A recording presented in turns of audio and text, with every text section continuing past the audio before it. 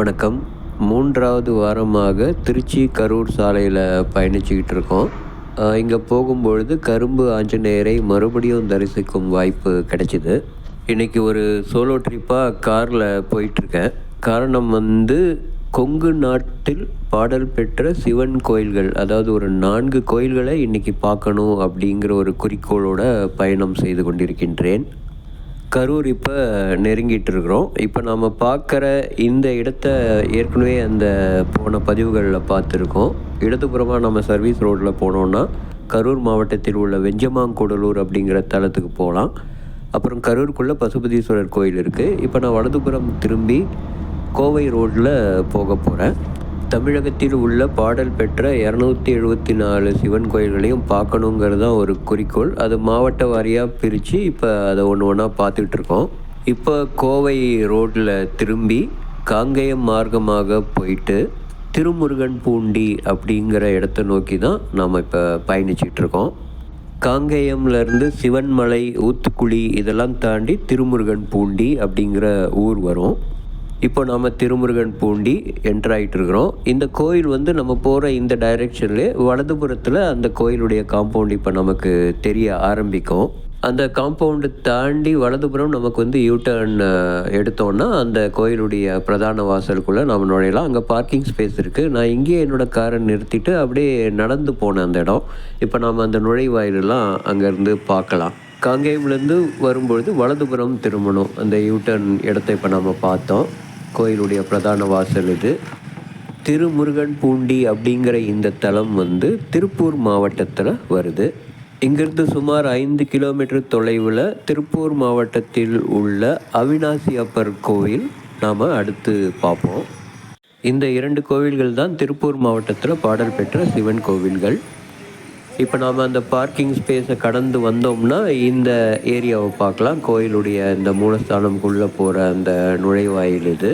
நமக்கு இடதுபுறமும் வலதுபுறமும் சில தீர்த்தங்கள் இருக்கும். அதை தாண்டி உள்ளே போனோன்னா நமக்கு அந்த கொடிமரம், நந்தி, பலிப்பீடம் எல்லாமே இருக்கும். அதை தாண்டி நாம் மூலஸ்தானத்துக்கு உள்ளே போகணும்.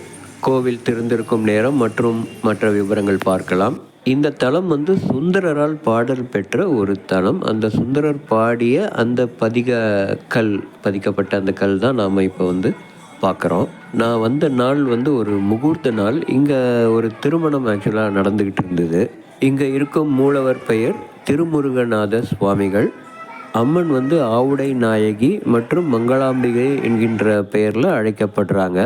இந்த கோயில் ஒரு பிரதான சாலையிலேயே அமைஞ்சிருக்கிறதுனால ரொம்பவே செழிப்பாக இருக்குது. நிறையா பேர் வராங்க. நல்ல வருமானம் உள்ள கோயில் போல் தெரியுது. சாதாரணமாக ஒரு கோவில் முக்கிய இடத்துல அமைஞ்சி கார் பார்க்கிங் இந்த மாதிரி நல்ல விசாலமான ஸ்பேஸோட ஃபெசிலிட்டிஸோடு இருக்கும் பொழுது அந்த கோவில்கள்லாம் கண்டிப்பாக ரொம்பவே பாப்புலர் ஆகிடுது. அது மாதிரி ஒரு கோயிலாக தான் இதுவும் தெரியுது.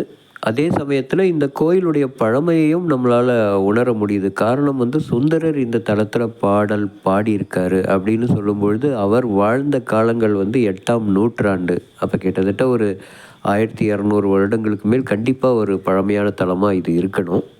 மற்ற சிவன் கோவில்களில் இருக்கிற மாதிரியே பரிவார தெய்வங்கள் சூழ மூலவர் இருக்கிறாரு. மூலவராகிய திருமுருகநாதரை வழிபட்டுவிட்டு அப்படியே அவருடைய மூலஸ்தானத்தை ஒரு வலம் கொண்டிருக்கின்றோம். திருமுருகநாதர் அப்படிங்கிற பெயர் காரணம் என்ன சொல்கிறாங்க அப்படின்னு சொன்னால், இந்த தலத்தில் முருகப்பெருமான் வழிபட்டிருக்கிறாரு. அவருடைய வேலையும் மயிலையும் வெளியே விட்டுட்டு வழிபட்டதாக புராண தகவல்கள் சொல்கிறாங்க.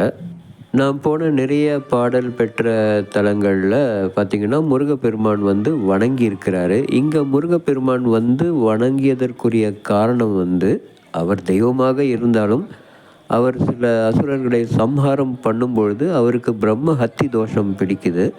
அந்த பிரம்ம ஹத்தி தோஷத்திலிருந்து விடுபடுவதற்காக இந்த மாதிரி சிவத்தலங்களை அவர் பார்த்து சிவனை தரிசித்து அந்த பிரம்ம ஹத்தி தோஷத்திலிருந்து அவர் நிவர்த்தி ஆகியிருக்காரு. கோயிலுக்குள்ளே நாம் நுழையும் பொழுது வலதுபுறத்தில் ஞான தீர்த்தம் அப்படின்னு போர்ட் போட்டிருக்கோம். அதுக்குள்ளே தான் அந்த தீர்த்தம் இருக்க ஏரியாவை நான் அப்படியே படம் பிடிச்சிக்கிட்டு இருக்கேன். இந்த தீர்த்த குளம் புழக்கத்தில் இருக்கிற மாதிரி தெரியல, க்ளோஸ் பண்ணி வச்சுருக்காங்க. தண்ணீர்லாம் கொஞ்சம் பார்க்குறதுக்கு அசுத்தமாக தான் இருக்குது.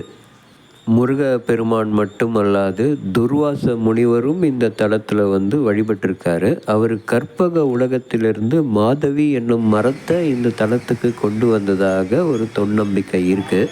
கல்லாலான ஒளி விளக்கு கல்மரம் வந்து இந்த கொங்கு நாட்டு தலங்களில் பார்க்க முடியுது.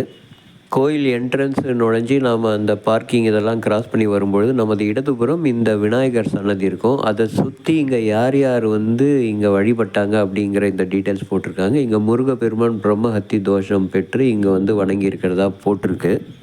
என்ட்ரன்ஸ்லேயே கடைகள்லாம் இருக்குது. அதனால் நமக்கு வேண்டிய பூஜை பொருட்கள் அனைத்தும் இங்கேயே கிடைக்கும். அதனால் வாங்கிட்டு வரணும்னு அவசியம் இல்லை. துர்வாச முனிவர் வந்து வணங்கின அந்த டீட்டெயில்ஸ் பற்றியும் இங்கே போட்டிருக்காங்க. அதே மாதிரி சிவபெருமான் பிரம்ம தாண்டவ கோலத்தில் காட்சி அளித்த தலம் அப்படிங்கிற மாதிரி இங்கே போடப்பட்டிருக்கு. கேது பகவான் இங்கே வந்து வழிபட்டதாகவும் சொல்கிறாங்க. சுந்தரர் தான் கொண்டு வந்திருந்த பொருட்களை வந்து சிவபெருமான் தன்னுடைய பூதகணங்களை வேட்டுவர்கள் மாதிரி மாற்றி அந்த பொருளை கொள்ளையடித்ததாகவும், அதுக்கப்புறம் சுந்தரர் வந்து சிவனை திட்டி பாடியதாகவும், அதை கேட்டு மகிழ்ந்த சிவன் பொருட்களை திருப்பி கொடுத்ததாகவும் சொல்கிறாங்க. முருகப்பெருமான் போன்றோர் இங்கு வந்து தன்னுடைய கர்ம வினைகள் குறைப்பதற்காக வேண்டியிருக்காங்க. அதனால் கண்டிப்பாக இங்கு வருபவர்களுடைய கர்ம வினைகள் குறையணும். பாண்டிய மன்னர் ஒருவர் இங்கே வந்து வேண்டி பிள்ளை வரம் பெற்றிருக்காரு. அதனால் பிள்ளை செல்வம் இல்லாதவர்களுக்கு பிள்ளை வரம் கொடுக்கும் ஒரு தலமாகவும் இது விளங்குற மாதிரி தெரியுது. அடுத்து அவினாசி அப்பரை பார்க்க கிளம்பிட்டு இருக்கேன். அடுத்த பதிவில் நாம் அந்த திருக்கோயிலை பற்றி பார்ப்போம். நன்றி, வணக்கம்.